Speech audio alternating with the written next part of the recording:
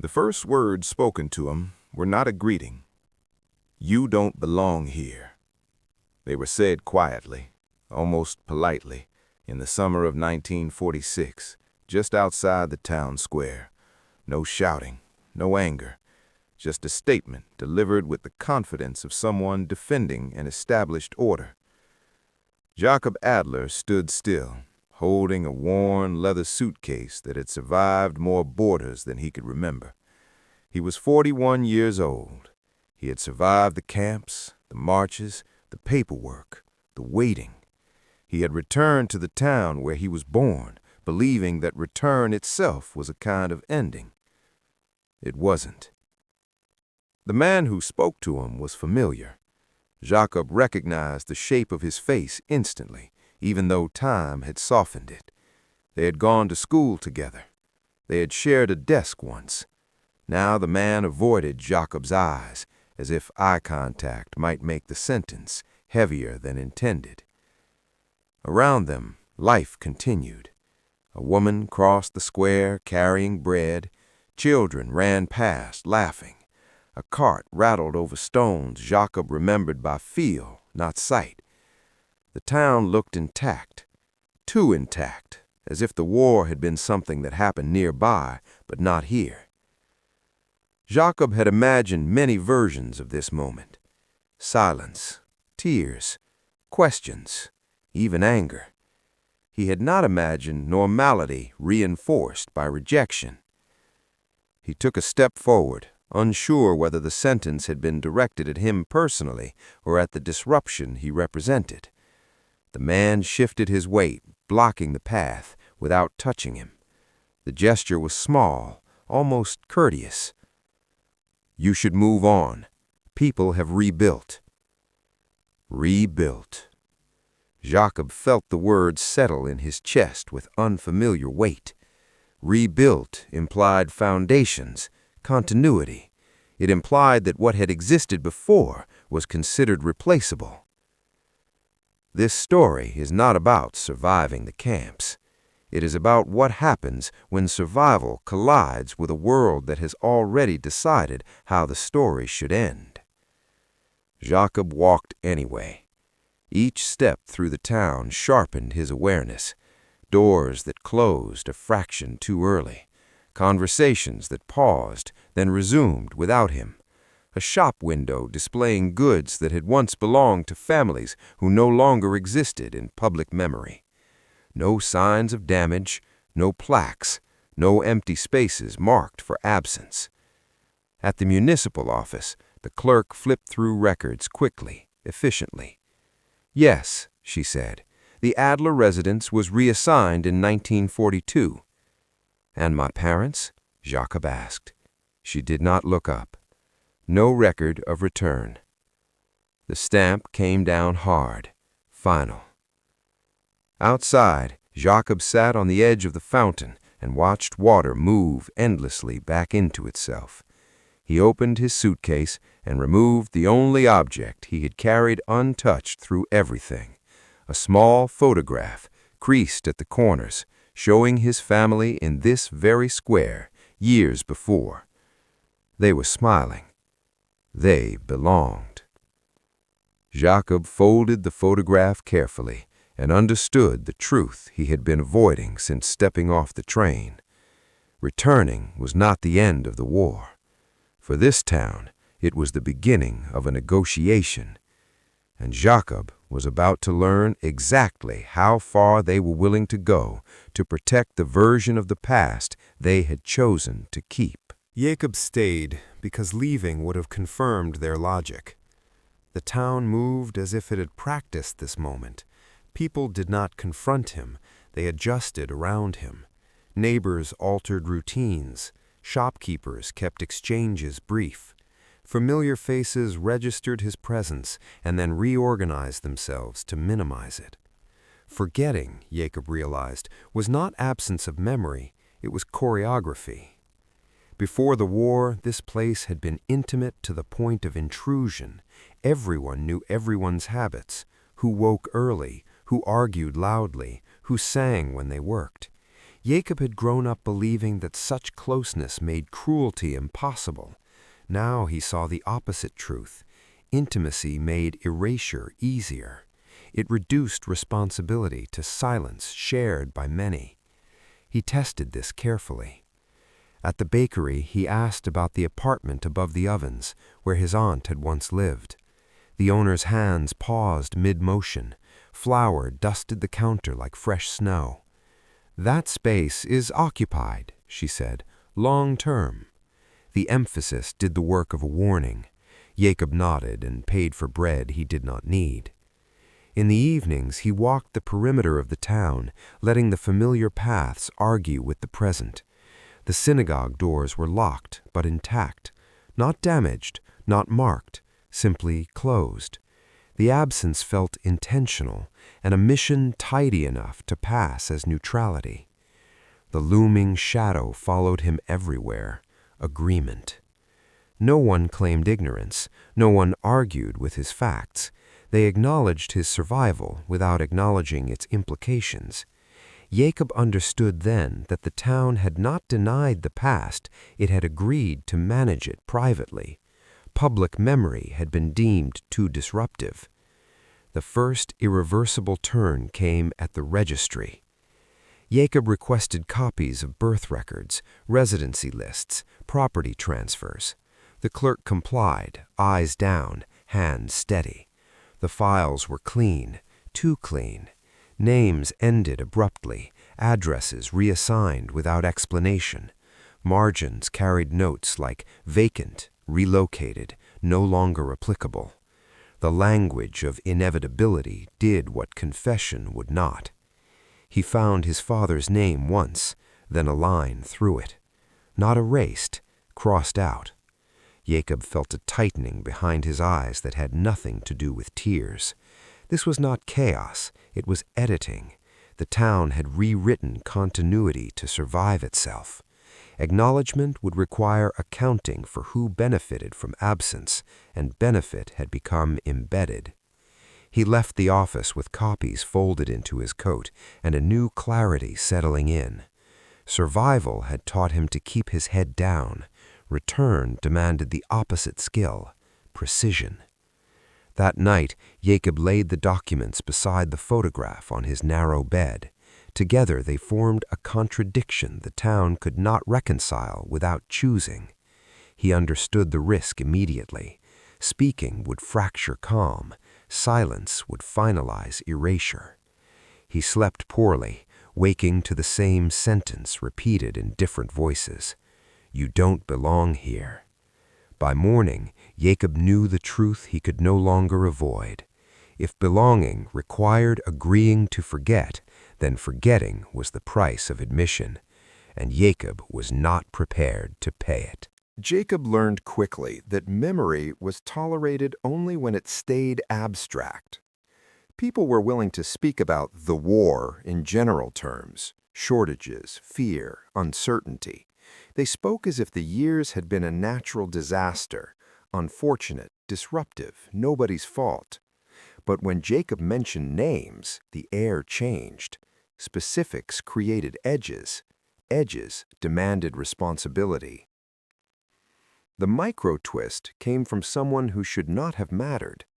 A boy, no older than 10, stopped Jakob in the street.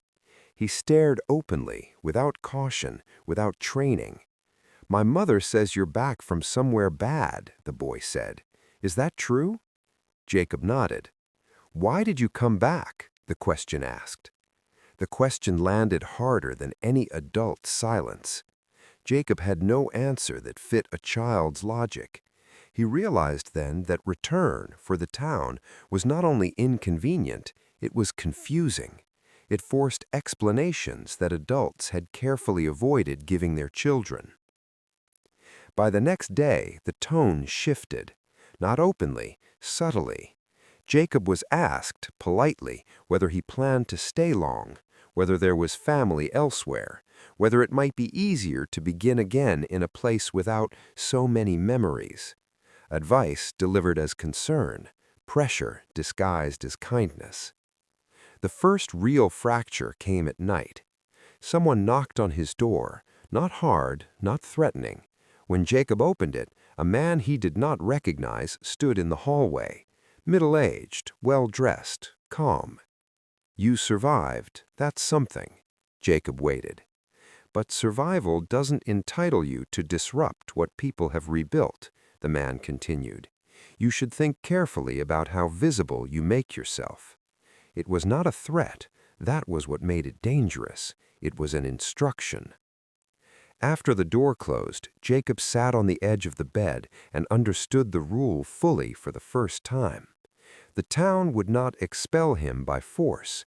It would exhaust him, isolate him, make staying feel unreasonable. He thought of the camps, not the cruelty but the structure, how pressure was applied just enough to produce compliance without noise. The similarity unsettled him deeply. Different setting, same logic. The next morning, Jacob did something deliberate. He went to the regional records office in the neighboring city, not to accuse, to verify. There, the story fractured completely. Names that had vanished in town records existed elsewhere. Property transfers listed as temporary had become permanent without authorization. Signatures appeared where none should have been. Absence had been profitable. Jacob realized then that the town's insistence that he did not belong was not emotional, it was legal. Belonging created claims. Claims threatened stability. Stability depended on him remaining a visitor in his own birthplace. As he returned on the evening train, Jacob felt the shape of the conflict sharpen. This was no longer about grief or recognition. It was about whether truth could coexist with comfort. The town had chosen comfort. Now it would have to learn whether that choice could survive scrutiny. And Jacob, once told he did not belong, understood that his presence alone had already begun to undo the fiction holding everything in place. The inquiry began without announcement. No letters arrived in town bearing heavy seals. No officials appeared in the square. Instead, questions started to move quietly through corridors that had not been used in years. Phone calls were made to regional offices. Files were requested, then requested again when the first answers did not align. Jakob understood this rhythm. Bureaucracy rarely shouted, it pressed. The town felt it before it saw it. Conversations stopped when Jakob entered a room, not out of courtesy now, but awareness. He had become associated with something unsettled, an instability that followed him without needing to be spoken aloud. The sentence had evolved. It was no longer, "You don't belong here." It was, "You are bringing something with you." The micro-twist arrived from an unexpected direction. The bakery owner, the same woman who had emphasized long-term, approached Jakob one morning as he passed the shop. She did not invite him inside. She spoke quickly, eyes scanning the street. "People are nervous," she said. "They think you're trying to take things away." "Things?" Jakob asked. "Peace," she replied, and went back inside. Peace. The word hung with the same careful vagueness he had seen in records and ledgers. Peace meant continuity without accounting. It meant stability preserved by silence. Jakob realized then that he was no longer perceived as a survivor. He was perceived as a cost. The moral dilemma sharpened. The inquiry could move forward, but only with Jakob's cooperation. He could provide testimony, documents, timelines. He could give shape to the gaps. Or he could slow the process, let it remain abstract enough for the town to absorb without rupture. He knew how these things went. Without a voice, records became footnotes. With one, they became evidence. That afternoon, Jakob was asked to come to the municipal office again. The clerk, who once avoided his eyes, now spoke carefully, as if the walls themselves were listening. "There may have been procedural inconsistencies," she said. "After the war, many decisions were made quickly." "Quickly," Jakob repeated. "Yes, people were trying to survive." The sentence was familiar. He had used versions of it himself years earlier when explaining impossible choices. Hearing it now in this context stripped it of comfort. Survival had become a universal excuse, one that flattened distinctions between those who endured removal and those who endured opportunity. Jakob signed nothing. He promised nothing. Instead, he walked home and opened his suitcase once more. The photograph, the records, a list of names he had copied carefully from regional files. Together, they formed a narrative the town could no longer manage privately. That night, Jakob wrote a letter. Not angry, not accusatory, precise. He described what existed, what disappeared, and when. He named the discrepancy between local and regional records. He attached copies. He addressed it not to the town, but beyond it, to an office with no personal investment in forgetting. When he sealed the envelope, Jakob felt a shift inside himself. For months, years, survival had meant minimizing impact, taking up less space, learning when to disappear. Now, survival required the opposite posture: presence, accuracy, refusal. The next morning, the envelope left his hands, and with it, the last illusion the town had been relying on, that this was something they could wait out. Jakob understood the risk clearly now. The inquiry would move faster, names would surface, ownership would be questioned, memory would become public. The town would not thank him for this, but as he stepped into the street, Jakob felt something steadier than fear. He belonged to the truth. Whether the town was ready to live with that was no longer his decision. The response came faster than Jakob expected. Not from the authorities, but from the town itself. Within days, the atmosphere tightened. Doors that had once closed quietly now shut decisively. Conversations stopped entirely when Jakob passed. He felt eyes on him in places where before there had been polite avoidance. The town had shifted from management to defense. The micro-twist arrived in the form of an invitation, a meeting, private, after hours, framed as an attempt at understanding. Jakob knew the language well enough to hear what was underneath it: negotiation. When truth became unavoidable, containment was the next strategy. 5 people sat around the table, all familiar, all established. Business owners, a municipal representative, one man who had once shared a classroom with Jakob decades earlier. No one raised their voice. "We acknowledge what you went through," one of them began carefully. "But reopening these matters affects everyone, families who had nothing to do with decisions." Jakob waited. Another added, "There are ways to move forward without disrupting the town. Compensation, quiet arrangements. You don't need to stay." There it was. The offer was not framed as a bribe. It was framed as mercy, a chance to avoid discomfort, for them and for him. Jakob recognized the structure instantly. He had seen it used in boardrooms, courts, offices. When accountability threatened stability, solutions were offered that preserved appearances. The moral dilemma crystallized. If Jakob accepted, he would gain security, money, distance, a life elsewhere free from constant friction. The town would retain its narrative. The records might be corrected quietly, partially, then forgotten again. If he refused, he would become something permanent and inconvenient, a reference point. Jakob thought of the boy in the street, of the ledger with his sister's name crossed out, of the bakery owner calling silence peace. He thought of how easily systems adapted to avoid discomfort, and how often that adaptation was mistaken for healing. "I didn't come back for compensation," Jakob said evenly. Silence. "I came back because pretending nothing happened doesn't make it true." The meeting ended shortly after, cordial, unresolved. As Jakob stepped outside, he understood the shift clearly. He had declined their final attempt at control. From now on, the process would move without their cooperation. The consequences arrived the next morning. A notice was posted in the square announcing a formal review of wartime property transfers. Names were listed, addresses included. For the first time, absence had coordinates.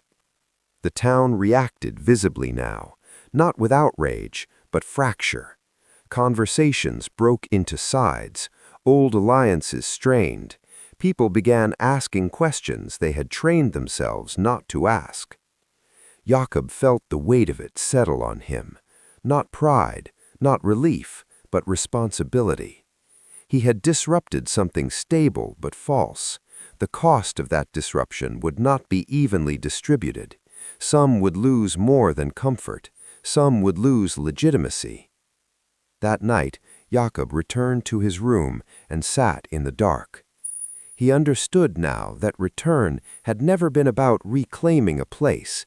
It was about forcing a system to confront the moment where survival had turned into benefit, and benefit had quietly become entitlement. The town had crossed that line years ago. Now it would have to decide whether acknowledging it was survivable. And Jakob knew the hardest part was still ahead. Because once truth became public, the question was no longer whether the town remembered. It was who it would choose to protect when remembering finally had consequences. Jakob left the town without ceremony. There was no farewell, no acknowledgement in the square, no moment that felt like resolution. The train departed on time. The station clock ticked steadily above the platform, indifferent to what had shifted beneath it. Life, Jakob knew now, did not pause for moral clarity. The review continued after his departure. Records were corrected, some quietly, others publicly.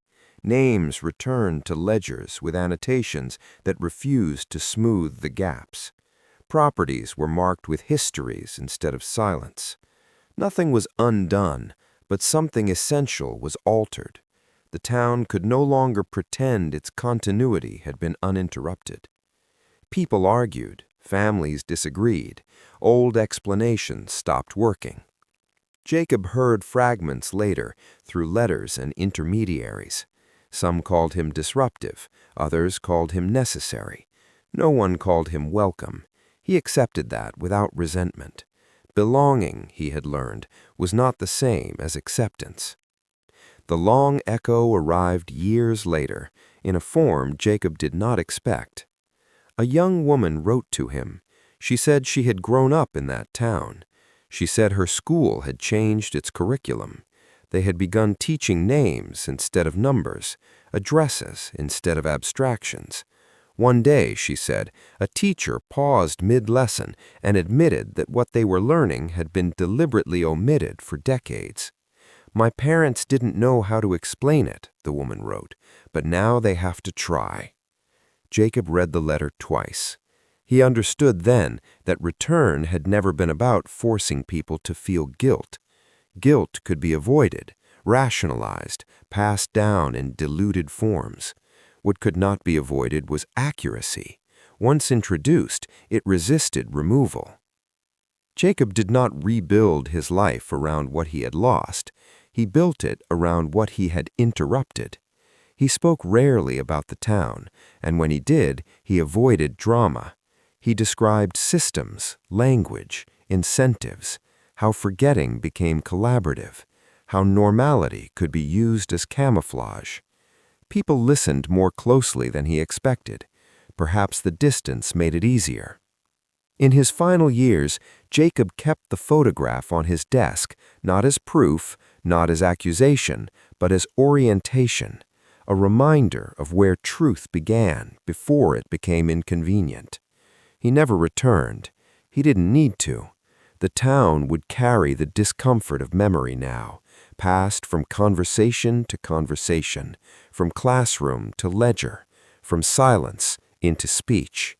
That discomfort was not justice, it was not closure, but it was honest. And Jacob understood something that had taken him a lifetime to articulate. Survival is not only measured by the body leaving a place alive. Sometimes survival is measured by what refuses to stay buried after you walk away. That was how Jacob belonged, not to the town that rejected him, but to the truth it could no longer erase.